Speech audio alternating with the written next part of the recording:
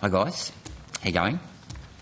So in regards to the new vehicle emission standards, will that cost, the penalty cost of $100 or $200 per gram of CO2 above a certain target level, do you think that's going to provide a disincentive to car manufacturers to actually produce cars for Australia? I might just, sorry Senator Rankin, please feel free, but we just have gone extensively through this when you were absent.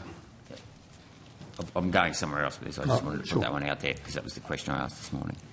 Senator Marisa Purvis-Smith, Deputy Secretary of Transport. We've not heard anything from manufacturers that they would stop importing vehicles to Australia. So what's the estimated change in the mix from internal combustion engines to electric vehicles? Where do you target? Where do you think you'll get to in terms of, say, there's 20 million cars on the road in Australia? What's the mix? And say it's currently 5% or 2% electric vehicles, 98% ICEs.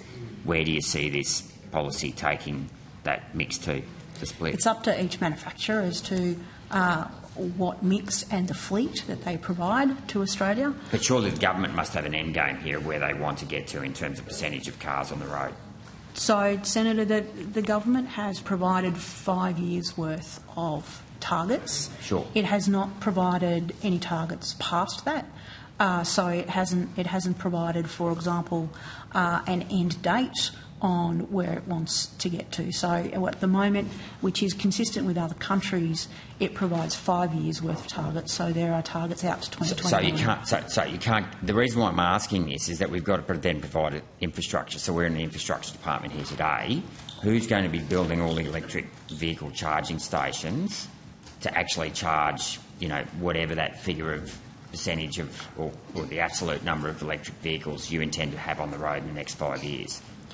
And the Department of Climate Change actually is progressing a program to roll out electric vehicle chargers around the country. Shouldn't you, though, as the Department of Infrastructure, be involved with this? I think we do discuss this with them, but they are the lead agency. So, they are the lead department. Well, I'm in the Department of Infrastructure today, so I'm going to put it to you. Who's going to build these electric vehicle charging stations, the private sector or the public sector?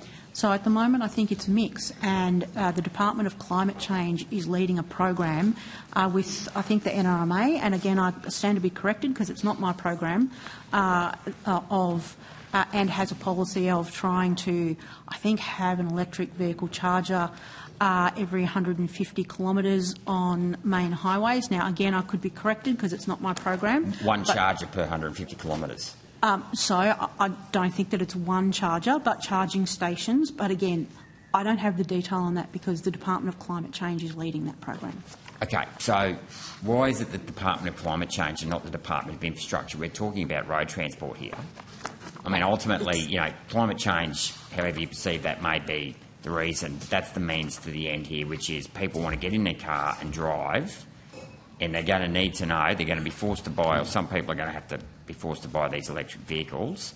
They're going to have to drive a certain distance, and they're going to want to know that there's going to be enough electric vehicle chargers on the road. So that's what I'm talking about. I'm not talking about the environment or the climate change. I'm talking about on the road, or vice versa, when they park their car in a high-rise unit building.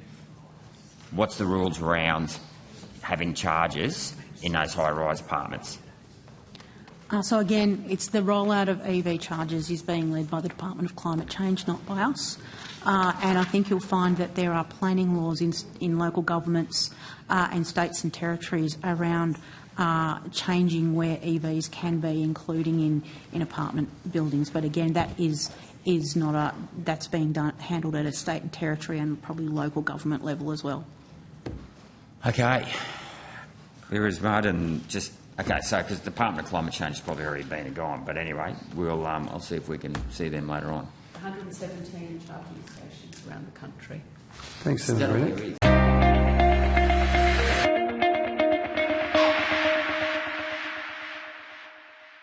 Authorised G. Rennick, LNP Chermside.